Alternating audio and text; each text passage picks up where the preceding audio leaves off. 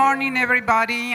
First of all, thank you very much, Rafael, for inviting me to be part of this panel with very distinguished panelists. We have Betsy, Fischer, and McLellan, and Lorenza, Martinez, Trigueros. Thank you very much for you being part of this panel, where we are going to be talking about women leadership in North America. And we cannot conceive North America without the participation of women in politics, without the participation of women in science, in that democracy. Where are women in elections, for example, in journalism and also in foreign service? So in order to really understand the future, we need to hear the points of view of women in different areas. We will be making some general questions to the panelists, and at the end, we will open the floor for questions and answers. So to have just a view of where are women now, I'm gonna give you some numbers. Women represent half of the world population. Sometimes we don't understand what means half of the world population. Women receive just 10% of the world income and own less than 1% of global property. Only 6% of CEO positions in the private sector are women.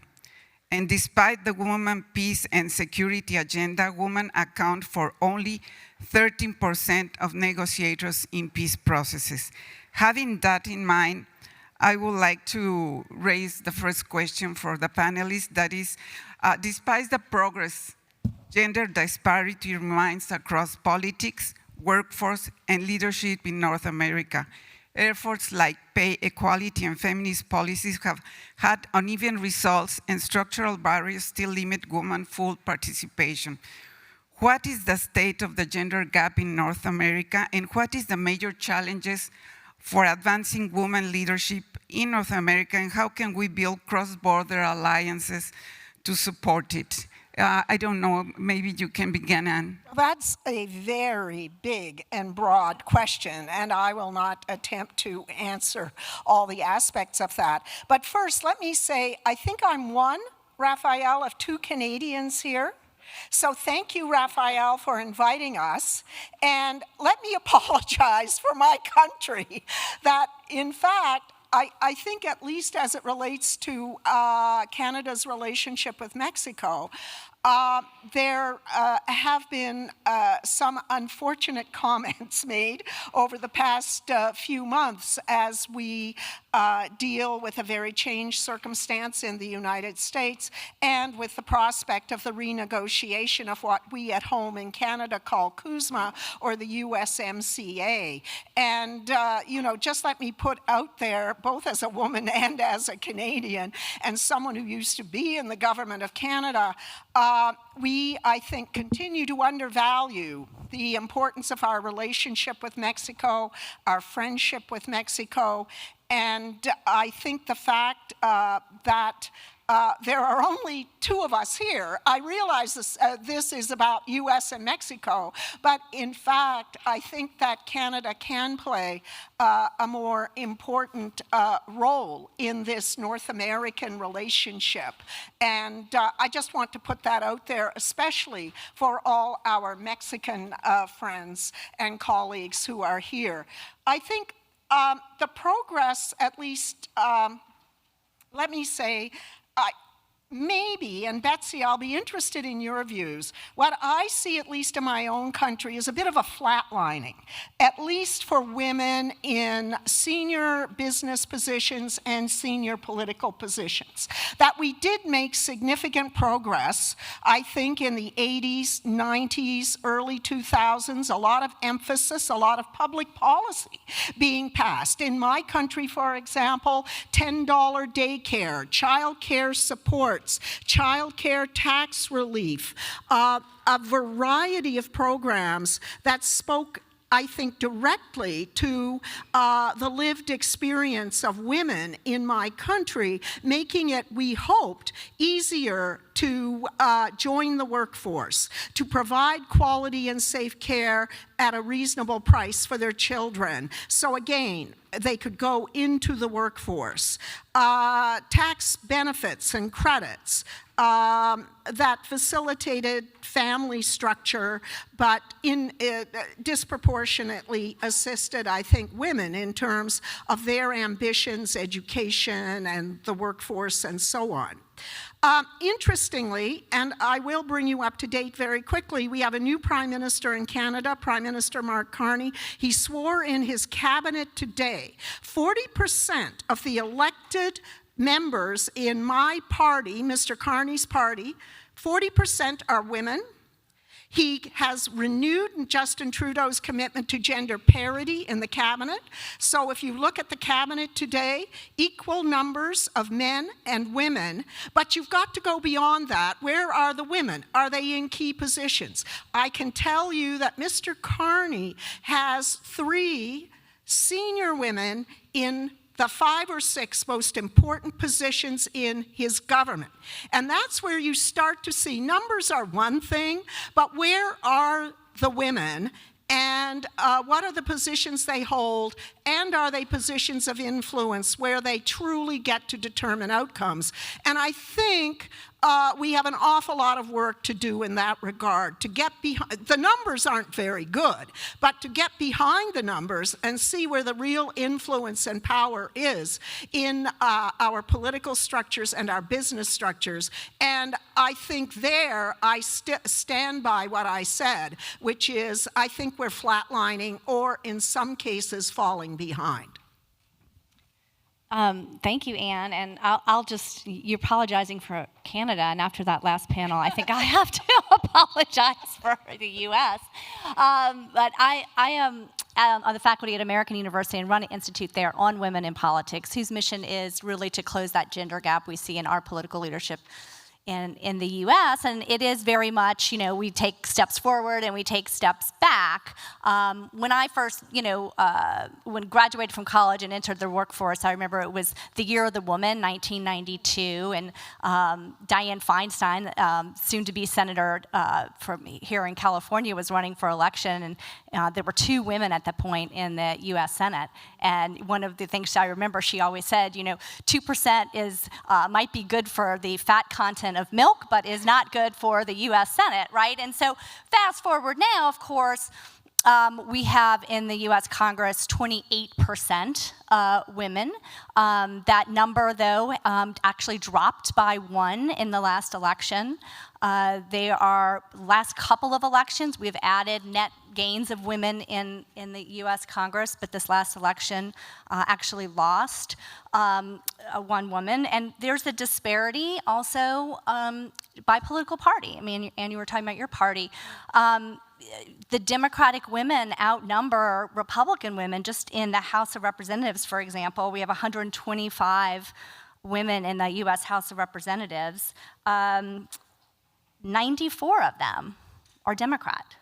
94, only 31 are Republicans. So 75% Democrats, right, to 24% Republicans. And it's hard to think about reaching parity in elected office when you do have one political party that is not electing as many women as a Democratic Party. You're never going to get to parity unless Republicans elect more women to office. But, there's a lot of discussion about, why do we take that step back? Well, we know that from research, when women run for office, women have just as good a chance to win. I mean, that's the good news, right? But we aren't seeing the number of women running in the past election that we've seen in the past. And, there's a lot that can go into that. Obviously, the polarization that we see, the toxicity that we see in our elections, thinking about Trump. And it's interesting for me to think back, too, after the 2016 election, we saw, in the last panel, we're talking about protests and the resistance, right? We saw, after 2016, so much of that in the U.S. We aren't seeing that as much now. And we also saw, after 2016, record numbers of women running for office. That has not doesn't seem to be taking form at the rate that we saw after 2016. So where is that kind of resistance movement? So it is very much, taking a couple steps forward, but then having to say, okay, well, really, where are we, and what is holding women back for actually making that run for office? And a lot of that also goes into the importance of really nurturing that, really encouraging. We know when women are encouraged to run is when they do that. At my institute, we run a nonpartisan campaign training program, for example, for young women who want to run for office, to kind of give them the tools and the confidence, because we know, and there are many organizations that do similar things, some partisan, some not, but that actually helps women make that run for office. When we think about corporate America, we all know that men will apply for a job, right, if they meet 35% of the requirements, but sometimes women, we have to meet 95% before we're going to kind of take that step forward. And the same thing is we see when it comes to women running for office as well. Thank you. Thank you Rafa, for the invitation. It's a great honor to be here, and also to be sharing the panel with all of you in this topic of women, especially in the current context, which on one hand, I want to emphasize that it was just in 2023 that Claudia Goldin won the Economic Nobel Prize exactly for analyzing this gender gap and better understanding the role or the place of the women in the labor market. And well, she was the third woman to win that prize, but the first one to win it solo. And she brought the importance of this topic and how far we are still far of this equality. And on the other hand, we are listening all these issues that if feminism has gone too far and that if policies have gone too far. So I want to mention how has Mexico progressed in this topic, but also I think that later on we are going to discuss also how should we address this issue of the backlash, and why is that there are people, and especially young men, thinking that we have gone too far when there are so many gaps and where women are still behind in so many dimensions. Let me talk a little bit about Mexico. So just to, as most of the public are not experts in this topic, and to have some numbers, the World Economic Forum has done an index, World Gender Gap Index, to see the advances in this issue. Mexico is in number 33 in the last, in the 2024 numbers, 33 of 146 countries. So it doesn't sound as bad as other numbers for Mexico, and especially it has been moving forward, and as Anne was mentioning, especially in the beginning of the 21st century, there were big improvements, especially in the component of this index of political representativeness. And I think there, the big change in Mexico was the mandatory parity in terms of elections. So, and it was a lot of questioning of that, but just to move forward to the present, it also shows us how this type of instruments can make changes so fast, and to move things forward in what could have happened in 3 centuries. It happened in very few years in Mexico, and last elections we had 2 women running for president. And we have the first women president in North America, which probably it was not something that we were expecting probably 30 years ago. So I think in that arena, Mexico has been doing a big improvement, and we have seen that complete parity, not only in the legislative, but also in the executive power and in power positions. Not only the presidency, but several positions are now women there. Now, going to other dimensions, unfortunately, we don't see the same thing in other dimensions. And we see also in Mexico kind of a flatliner when we consider, for example, the wage gap. The wage gap was at the beginning of the century was a little higher than 20% for Mexico, and it declined during the first decade of this century to 16, 15%, and we have been there for more than a decade. So it's 15% is still worse than other countries. In that instance, Mexico is in the number 119 of these countries. But in general, the rest of the world is not that far of that 15% in general terms. So it is very concerning that we are not moving despite these policies. And worse than that is, and for Mexico, that's one of the biggest problems is in terms of participation in the working force. And there's where Mexico really lags behind. We have only 46% of participation of women, while in the OECD is 67%, and definitely there are countries, even in Latin America, which are much higher. We are in the bottom even for Latin America. And, but this is not because of lack of actions, as we were saying, that there are some action, and especially in terms of legislations. There have been a lot of legislation, and there's a particular interesting study of the World Bank where they analyze different type of actions to close the gender gap. And in the case of Mexico, it has a grade of 75 out of 100 in terms of legislative reforms, which is not really bad, and in terms of the comparison with other countries, is relatively well.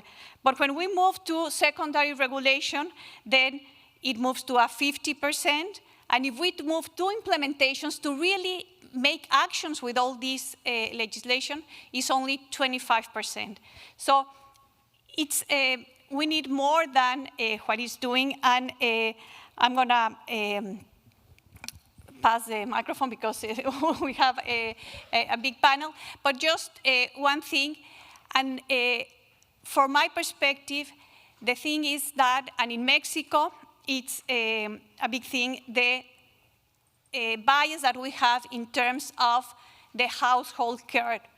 It's completely on women.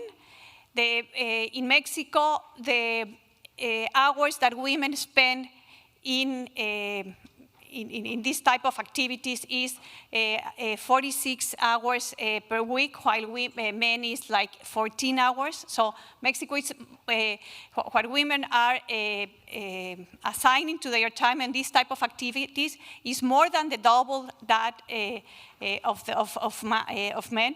So. And this is not only, we need policies, and that's something that we want to talk about, but also we need really a cultural change on that.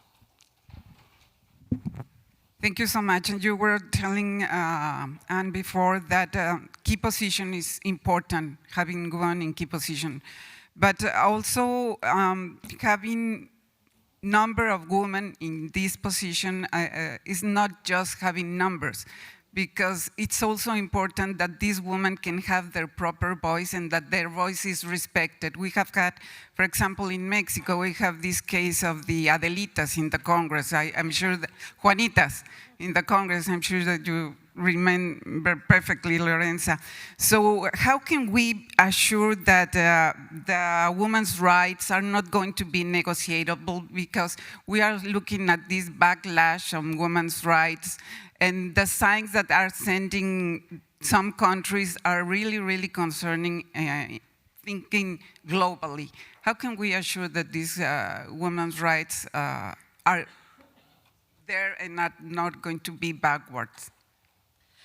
Well, I think, first of all, this whole issue has to be approached with intentionality, right? That whether it's my country or the United States, Mexico, whether it's international organizations and institutions, the whole question of gender equality has to be approached with intentionality. It's not a nice to have. It is absolutely core to the productivity and well-being of societies around the world.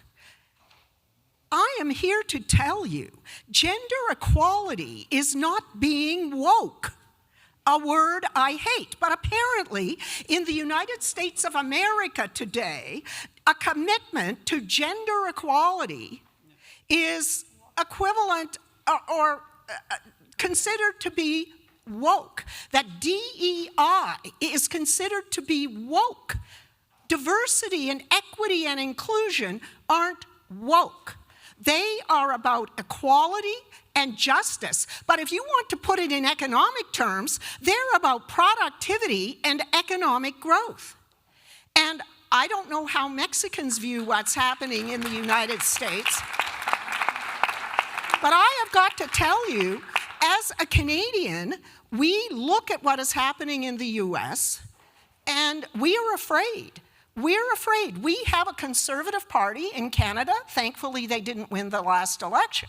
But we have a Conservative Party that talked about being anti-woke, that talked about criticism of DEI, without understanding for a minute what DEI is about: leveling the playing field, giving women and different ethnicities and people of color just a fair chance to make it. So I am here, sorry, to put down a marker in that we have to approach this issue of the inclusion of women and gender diverse, because that is an expression we now use in the Government of Canada. Gender and gender diverse individuals. We need to act with intentionality around their ability to make progress. We need laws and programs where relevant to support them. And I used to be Minister of Justice in the Government of Canada. You can pass any law you want, ladies and gentlemen, but if you don't enforce it, and if you don't have support from the top, and if you don't have resources to enforce those laws, you're not going to make much progress. And I'm afraid that's what we're seeing, even in my own country to some extent. The lack of resources necessary to move the yardstick the way we would like to see. Okay, that's my rant for the morning. I would just say, I mean, it's head spinning, the about face that major companies have done in the US over the last couple months when it comes to DEI in the workplace. I mean, 4 years ago, singing from the rooftops about how gender equality meant good business was, and it does, but I mean, you know, you would read report after report and you would hear this constantly, and now the number of companies that have completely turned the dial down when it comes to DEI, not just changing names of what they're calling programs, but getting rid of accountability measurements, getting rid of programming to promote women, to hire women, to recruit women, responding. I mean, we were talking in the last panel, right, about sort of Trump the bully, right? And this has now seeped into the highest levels of corporate America, and every day we're seeing one of these other big companies, whether or not they have federal contracts pending before the U.S. government, they are completely changing their entire approach to DEI, and I think it's going to have significant consequences. And the excuse of, oh, we've met our numbers and we're good now doesn't really hold. Yeah, I love your passion, because I think that's what we need, especially in these times. And yeah, I completely agree that we need to put resources in this issue. I think one of the major issues in Mexico, and again, going back to this care system, what you're saying that there's in Canada, well, we don't have anything, not even close in Mexico. And it is very important to have a national policy of care services, because if we don't have that, it's going to be impossible to move forward. And I think that there has to be a responsibility both in terms of the government, in terms of implementing, in terms of assigning resources, and also in terms of firms and corporations. I think that, for example, there has been pressure in terms of the participation of women in boards. We are far from that equality, but it's increasing the number. And I was just looking at one of the reports trying to understand these dynamics. And now the pay that women get in boards in Mexico is higher than male. And it's because really companies are trying to get women, and they are willing to pay more to get that independent directors, I mean. So, but that has to keep on pushing, because if we don't keep with policies and with actions requiring more transparency to firms, I think before doing anything else, we need to understand better the numbers. And well, in terms of policy, because in Mexico we still don't have something near what it's needed is the mandatory paternity leave. Because what we need is equal responsibility and a shared responsibility of the household. If we don't have mandatory paternal leave, what happens is that either the fathers don't take because that will affect their career, or they take it, but they keep on working. So we have that it's mandatory, and that it's also something similar to women. In Mexico, for women it is 3 months, and for men are 5 days, and not even pay that. So it's completely unequal treatment. And the other is the flexible hours, which is, fortunately, the pandemic helped on that, because I think that is something that has helped, but we have to keep on pushing on that. And I want to open a new type of actions or policies which have been bringing very recently, and probably Betsy, you know more on that, and I would be happy to have also the perspective. But it's what is frightening is not that we have this type of leader like Trump, but is the support that he's having, especially in young men. So what we are seeing is that there's also the way we are focusing this need of equality is something that is good for society. It's not for women, it's for the society, because we are going to have a more prosperous, more healthy, and a better society, and it's going to benefit in the benefit of men and women.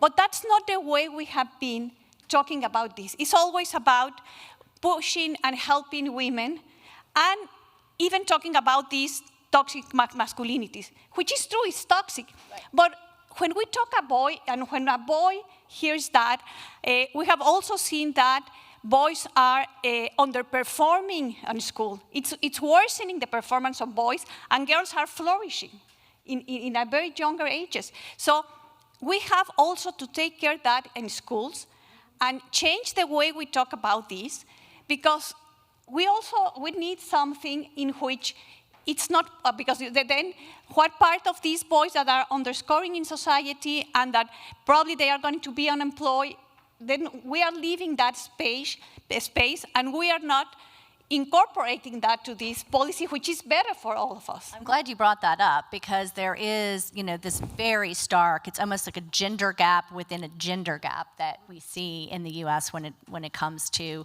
approval of Trump. And it's very much the kind of MAGA bro toxicity crowd. I mean, you cannot walk around, if anybody's been to Washington during tourist season, the cherry blossoms, where you don't see, young high school boys running around Washington, D.C. with Make America Great Again MAGA caps, running around, as tourists on high school trips.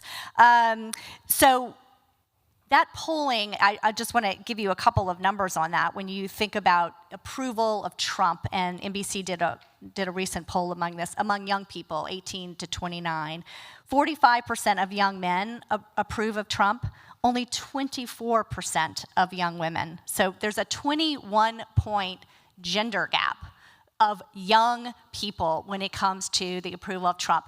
That, of course, in men and women in general, there's a gender gap, but it's like, 10 points, 11 points, depending on the age group, 21 points. And then another huge gender gap within the gender gap that we also see is among education, and college education specifically.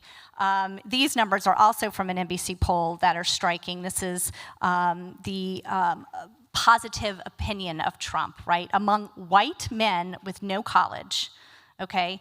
69% positive opinion of Trump, 28% negative. So that's 41% positive, net positive there. Among white women with a college degree, okay?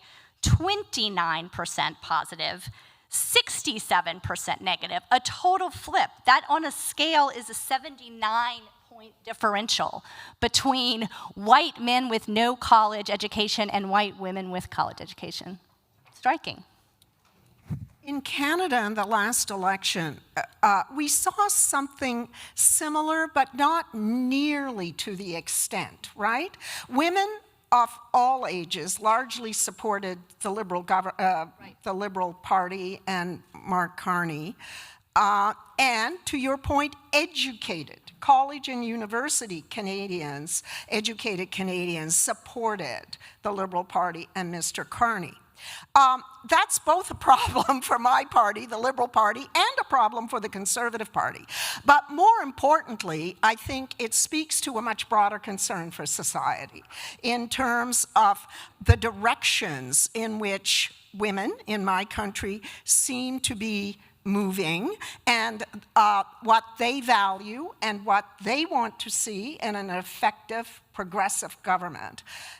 And those ambitions, unfortunately in my country, are growing more out of sync with what their male counterparts might want to see. And I do think we are suffering from, suffering to a significant extent from that flowing of culture, the bro culture, the podcasts that emanate in America and are now becoming fairly prevalent in Canada. And that starts to erode a common sense of values and expectations in your society. And I'm not suggesting divides weren't there, of course there were, but as opposed to trying to heal them and unify and bring people together, what you see, I think, in America is an accentuation of difference and driving that difference for short-term political gain. And that is something I think both Canada and Mexico need to fight against. Well, that's true, and you were talking about the topics of diversity, equality, and inclusion that are being attacked. It's sad to see that in many universities, those topics had disappeared from the university curriculum, and now kids need to opt to have another type of options on other matters. You also were talking about gender and gender diversity, but the example that United States have sent to the world, this very masculine and very, I don't know how to tell it, bro culture, is sending around the world, is empowering this speech around the world, is empowering other cultures around the world, and it's very curious or it's surprising that many of the international organizations don't have a woman in front of these organizations since they were created, like United Nations, like the Organization of American States, like the OIT. All those organizations hadn't had a woman in front. So how can we reconcile the speech with the actions if women are not represented in these international organizations? And how can we also have a turn the page of this very broad culture that is being impregnated through the United States to another countries? Can you give us an idea? Boy, that's a tough one. I mean, I would just say on its face, so much of this has to do with the little thing we all have in our hands, right? Our phones. And the access that young boys and girls, but especially boys, are spending and consuming social media that just amplifies. They live in their own bubble, and it just amplifies some of this bro culture. And Trump feeds on it, right? I mean, that was very purposeful during the election, the outreach to young male voters. And, you know, I think, when we think about culture in the U.S., that spreads. You know, that spreads very quickly to other countries. You know, in the previous, we had talked about music spreading or fashion spreading. Well, this type of mentality on social media is also just spreading. And I'm not sure how to get control of it, but I know it has to do with the phone. And in that sense, how do you see that in Mexico a woman has been elected? Do you think that it will also send another message to the region? There will be a change? Can we expect a change? And also, what do you think about how Claudia Sheinbaum is doing it? Well, I think that it sends a signal, a terrific signal, and not only in Mexico, in the region and in North America. And Denise was mentioning how the way she's perceived in the international press, I think, is really positive. And we expect that this will keep on helping on this change. Another issue that I think that,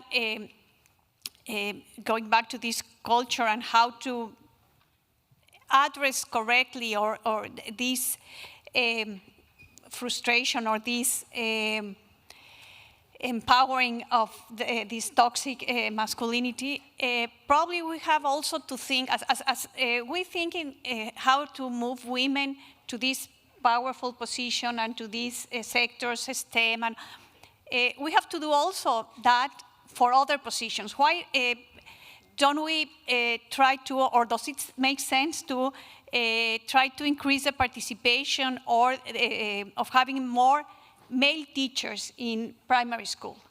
It's in health. Like, those are positions and sectors that have been predominantly women. So we need also to have their parity, to have other type of role models in a positive way. Because if the boys see a teacher and that is something to look after and to look in a good way, and if they see different type of role models in their family, that also will help to have a more healthy society, no? Can I just quickly say a couple of things? I think the very fact that the president of Mexico is a woman is a positive thing. She is a role model. But in terms of gender and what can be achieved by women. But I am not one of those who believes that just because you've got a female president, that person is going to support democratic values or support the rule of law or a free and independent judiciary.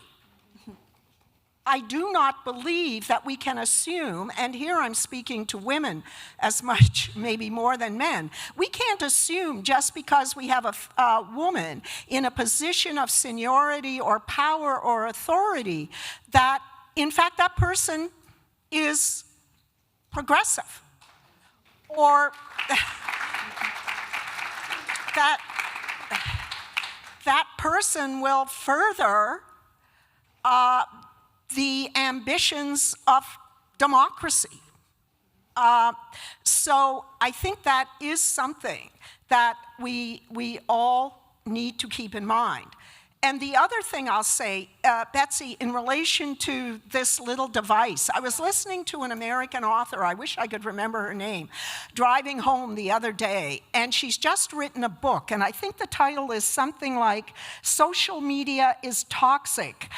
It's about women and girls, and the fact that social media has become a very toxic public space for women and girls. But her book is about how we, as women and girls, take that space back. And I think that's what we need to positively start thinking about.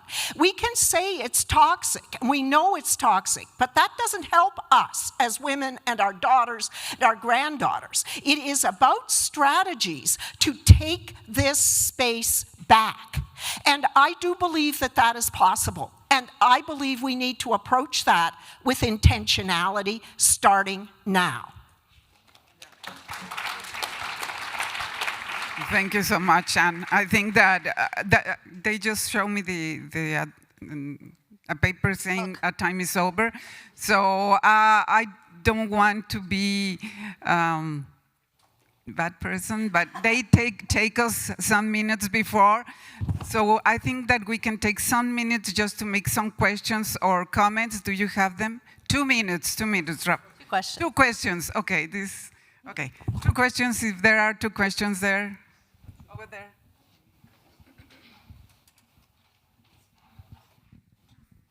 Thank you again, Sofia Ramirez from Mexico. Como vamos, very pleased that this topic was addressed at the very beginning of the conference and not at the very end. And that's something I want to recognize, of course, Rafa and the whole team. But on the other hand, I would like to ask whether you have any thoughts regarding the lesser children that we have as a society in all 3 countries, because I think this is pretty much like the economic bottom of the issue. We educate women, and educated women do have less children in any country, also in Europe, in Africa, whatever. So the problem seems to be, to me, that the broad culture doesn't include children as part of an active, an asset for the economy. And not see that just as a female labor topic, issue, whatever. Because we talked about paternity leave, Lorenza said that. We talked about this broad culture that has a lot of features that don't help that men are part of the education of the children. But I think the economic bottom line is how are we going to turn around the table so that women are able to have both children and be part of the economy as a labor force. Thank you. Well, I would just say, on a depressing note, I don't know if anybody saw this piece in the New York Times the other day, but about Republicans in Congress wanting to kind of gut childcare, and of course, Trump trying to shrink federal childcare programs, but Republicans backing those policies that they hope will allow more parents to kind of scale back at work and be home, which is a code for having more women at home and not in the workplace. And that is what is going on right now in the U.S. Congress among the Republicans. Yeah, and I think that just what we see that women have less kids, the educated women, is exactly because they see that they're going to be on their performance and their participation in the labor force. And the way the economies work right now, it's always the women, the one that gets the burden. There's a lot of studies that they do a very well done in terms of econometrics to see how the among graduated from business, from MBA, that when they graduated, both men and women have the same wage statistically, and the difference starts when the women has the first kid. And even worse, the salary or the income from the women declines significantly, and for men increases. Yeah. So when they have a kid, instead of helping the family, they devote more time to labor and to their career so that they have to have a family. Or even there was a study by McKinsey in which they saw different issues in terms of gender inequality. And they said this was only made to women. And they said, when there's the pandemic, for example, who do you fire first? A man that is a head of a family or a woman? And they said a woman. And woman said that. So if that's what the society works, to have kids is not something that will help your professional life, no? Yeah, and also we have seen that in the foreign service, for example. We lose a lot of women career diplomats in the levels of the ranges of second, third, and first secretaries because they don't have the facility to stay in those positions. So we need to create the possibilities for them to stay as members of the foreign services because only 21% are able to rank as an ambassador. That's incredible because the other percentage is not exactly the best ambassadors, no? There are many women that can be ambassadors and they stay in the lower levels.